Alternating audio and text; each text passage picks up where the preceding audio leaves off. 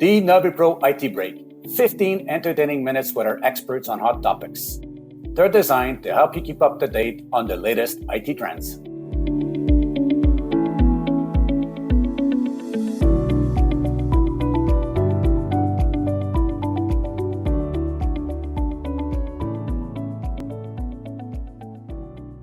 Good morning, everybody. My name is Pierre Tocci. I'm Senior Consultant IT Transformation Strategies at NaviPro. And this morning, my guest is Vivienne Suen, Security Architect at IBM. Good morning, Vivienne. Good morning, Pierre. Vivienne, on this episode 40 of our IT Break, welcome aboard for number 40. You chose the topic of consumer IoT and privacy risk. To me, it was a bit surprising that somebody like you from the business side at IBM for security would be concerned with consumer IoT. Tell me more. It's a huge area that I'm very concerned about personally, and I think it's a part of the security and privacy conversation that we don't pay enough attention to. It's not necessarily inherently in big tech's interests to worry about consumer privacy, but it's a really important piece of the privacy landscape, particularly with things like the Canadian Digital Charter that are going to be coming into effect. And everybody needs to be more aware of this on a personal level.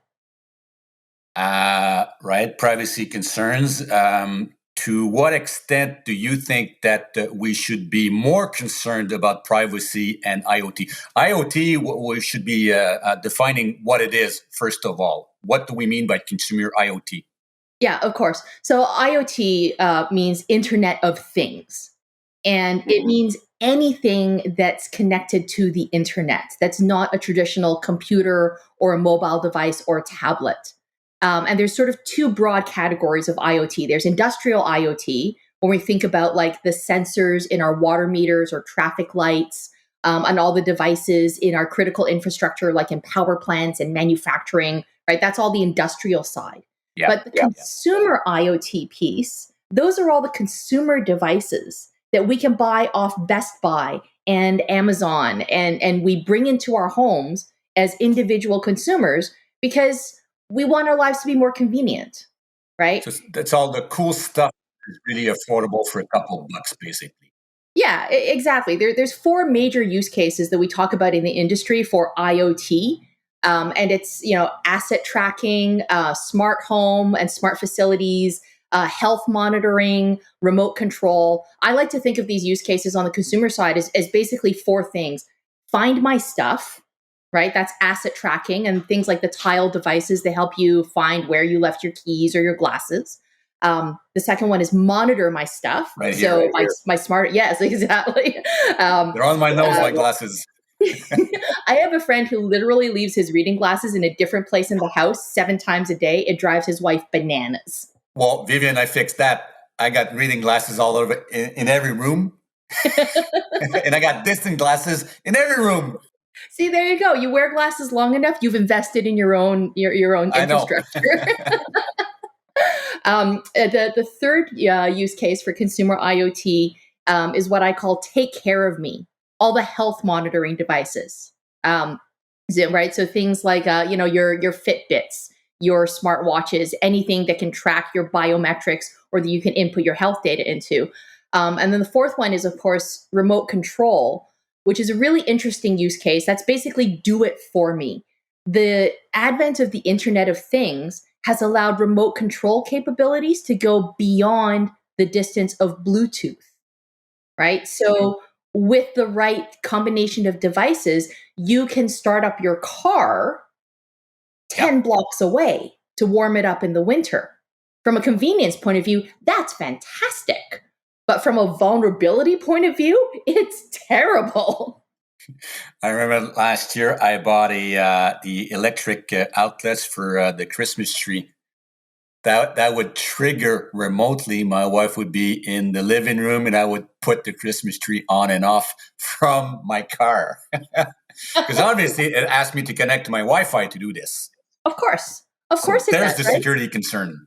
Exactly. And right now, when we could use every little bit of cheering up, I want light bulbs that change color according to the weather. That's awesome, right? I love the idea of being able to do that. But what do you have to enable? And what information are you required to give up in order to bring that into your home? And I have a very personal story about this, and that happened about a year and a half ago. We were renovating our TV room, and my husband wanted some fancy accent lighting to put behind the TV. So, and he wanted like this strip of colored light so we can choose exactly which shade of blue is going to best complement the movie we're about to watch. The Oh guy yeah, stuff. oh yeah, totally. You know, we were at Addison Electronique, and the guy said, "Look, you're going to play with the colors for 2 weeks, and you're never going to touch it again." And I looked at him and I said, "Oh, you don't know my husband." But you know, we were shopping around for these things, and he ended up ordering a system off Amazon. I think because it was cheaper. And then when he was installing it, he came to me and he said, "So you work in cybersecurity?" And I said, "Oh, thank you for noticing." And he said, "So I'm setting up these lights, and they're controlled with an app on the phone." And I kind of looked at him and said, "Okay, because I distinctly recall there being a control panel and a remote control on the wall. So why do I need an app as well? But okay." And I said, "Fine." And he said, "Yeah, but to enable this app, I have to create an account on their website. Yep. So now they have your email address, right? Mm-hmm. And then I have to give them my address. Mm-hmm. And then I have to give them our Wi Fi credentials. Uh-huh. So I shouldn't do this, right?" No. And no, I believe my exact response was burn it, burn it, burn it with fire. That was an immediate Amazon return. And now we have a different system in place. But this is exactly the kind of thing. I mean, maybe there's no ill intent. Maybe this is not a totally dodgy operation, although, why, yes, the website was hosted in China. Maybe there is no ill intent here, right? Maybe there's no malfeasance. At the very least, they're trying to scrape information for marketing that they're really not entitled to under any notion of consumer privacy, at the very least, right? Well, Vivian, what you're telling me is like as if I'm in a safe neighborhood, but I leave the front door of my house open. Well, nobody's going to walk in. I love my neighbors. They love me. Yeah, Yeah, that's exactly it. I right. mean, at the very least, you can't trust the raccoons, right? That's right. Yeah, and these are the kinds of things that we do all the time. How often, you know, I we got how often do people have to add apps to their smart TVs? It's super convenient to be able to browse to Netflix and everything right from there, right? But as soon as you enable your Apple ID on another device, well, how much information is linked to your Apple ID? Like, if someone gets into that, they have Yeah. everything about your phone and whatever you have on the cloud and everything that you've done with it. They potentially have access to photos that you wouldn't even show your friends and family if you've been, you know, whatever. I don't judge, but our phones contain so much information about us, and then all of that information is going somewhere in the cloud. Yep. And I will say that there are some of the big tech companies that are better than others about trying to be privacy watchdogs and privacy custodians and have taken very responsible stances on it. Some are much more vocal about this than others, but it's enormously difficult for anyone to operationalize security. And even if somebody like Apple, with all the reach and all the resources, is having challenges doing it, you certainly can't expect that of smaller enterprises. The privacy landscape changes all the time. So if you're not being careful about the information you share, you can't necessarily trust that the people you're giving that data to are willing or able to protect it. You raise a very good point because quite often we see these new gadgets come in from named companies. Oh, Logitech sells it, or this guy sells it, and then we look at the price. Well, it's a bit expensive. What do? We go to our favorite Amazon and find out that some guy somewhere sells this at 20% of the regular price. Oh, looks like the same product. I'm gonna buy it. Yeah, There you absolutely. go. You know, for There's a sure, I reason why want it's to say, 20%. yeah, sure, I want to save $50, But do I really want information about the fluctuations in my blood pressure going to some unknown entity who has, some security posture that I know nothing about, or some Yeah. reputation that I'm completely unaware of? And even the big companies are vulnerable. There was a data leak from Facebook this weekend Yeah. where people's email addresses and phone numbers were exposed on Facebook. Mm-hmm. Yeah. So then again, exposed on Facebook. My device that was hacked has all my Facebook contacts because Facebook's, soon as you accept something on Facebook, it goes through your iPhone and your Android upload takes care, in their claim, they are allowed to use your pictures, right? In the fine print, fine Oh prints. yeah. So therefore, you just open up a new door for somebody to take possession of your Facebook, your credential, and it goes on and on and on and on and on and on. Exactly. And even just knowing someone's email address and phone number allows me to start to piece together a lot about them. If Oh I have your yes. area code, I know where you live. If I have your email address, and I can see where I can go and look and find out where else you've used that email address to sign up for anything else. If you've Yeah. reused a password, then God help you, right? Yeah. Tell me what advice, because obviously all these gadgets are really cool. They can be handy. They can please us for whatever reason. They can be part of my man cave, of course, because guys, we like gadgets, right? Oh, it's not just guys. Well, I'll pick on me. It's easier. It's easier. Okay. So, all right. It looks good. It looks like a duck. It flies like a duck. Is it a duck? What should we do? Well, there's a few things that everybody should do, and the first is this is one area where I'm adamant that people have to be the human firewall. I tell organizations all the time not to rely on their employees to be the human Yeah. firewall, but in the consumer IoT space, you have to be. You have to think really hard about who is this device from? Is this a trusted brand? Would I trust them with my data and my privacy? Hmm. And what information are they asking for? And do they really need it? This is at the heart of privacy regulations they're emerging around the world right now about what data is legitimate and fair use. And as a consumer, you have the right to say no. You have the right to I can go to IKEA and I can say, hey, all the data that you have on me, I want to know. I want a record of all the data you have on me, and then I want you to delete it. And I can demand that because they're subject to GDPR. And Yeah. regulations like this are coming into effect everywhere around the world. That is your right as a data subject.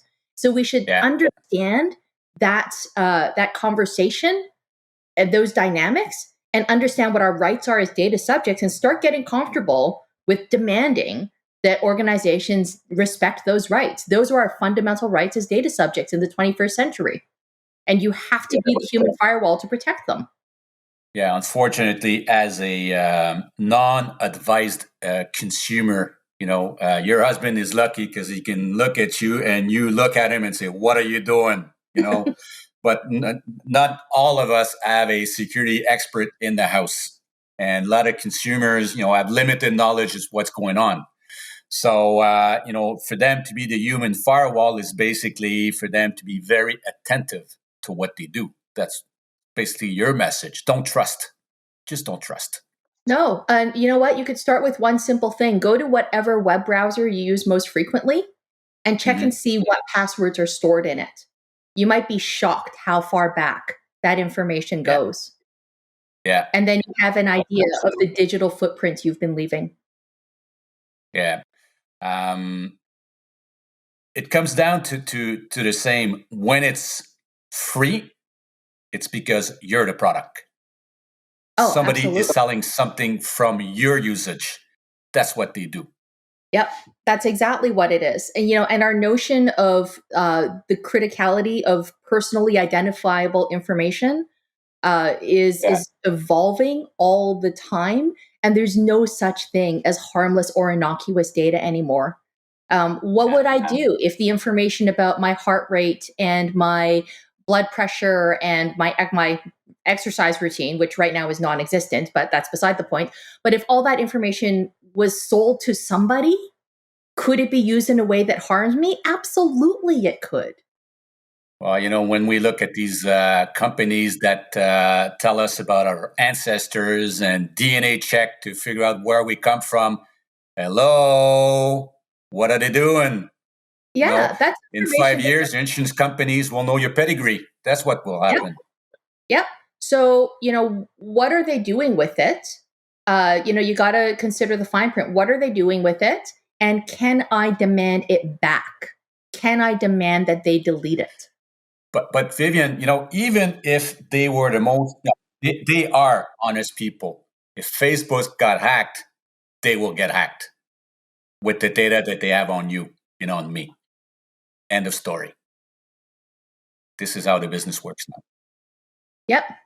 Yeah. Yeah. And it's not to say that we should all put on tinfoil hats and live in caves and that you can't have your robot butlers because God knows I want a robot butler. We are human beings in the 21st century and we all want these things, me more than anybody probably. But you've got to think about what is the risk and how do I mitigate it, right? Do I use a password manager for all of my personal accounts? Do I do password checkups to see what sites that I subscribe to or that I have accounts on have been breached recently? Again, like any password manager will let you check that up. The Have I Been Pwned website will let you check on that. Absolutely. You look at the stored browsers the stored passwords in your browsers, and understand that and start committing like 10 minutes a week to gradually cleaning that up. It's a pain, but it's necessary. And then as citizens and consumers, we should also be looking for and where we can demanding devices that are secure by design. Choose trusted brands. Right? The risk is not worth saving $20 on a Lithuanian knockoff. It's not, right? And then, for if you're looking at the political landscape at all, understand what's happening in this country. Mandatory breach notifications and the changing nature of our public-private partnerships are going to save us all in the long run. I deeply, deeply believe that. And the Canadian Digital Charter is going to get us a big step of the way there in this country. Absolutely. You're right. But if for some reason we get hacked because we bought one of those devices, the cost of retrieving our information or making sure that we're not being, hacked in our bank accounts or all over the place, it's much more expensive than saving $20. Absolutely, it is. All right. Well, thank you very much, Vivienne. That was a very interesting input from a security expert into our consumer habits. Thank you again for joining me today. Folks, thank you for having joined us today on this 40th edition of our IT Break. Please remember that this IT Break is recorded as a podcast and will be available on our hub of content at hub.navipro.com, along with the previous 39s, documents of interest, and other webinars. So thank you again for joining us today. And hopefully you'll be in our attendance on number 41 to come soon. Thank you again, Vivienne, and have a great day. Thank you, Pierre. Bye. Bye-bye.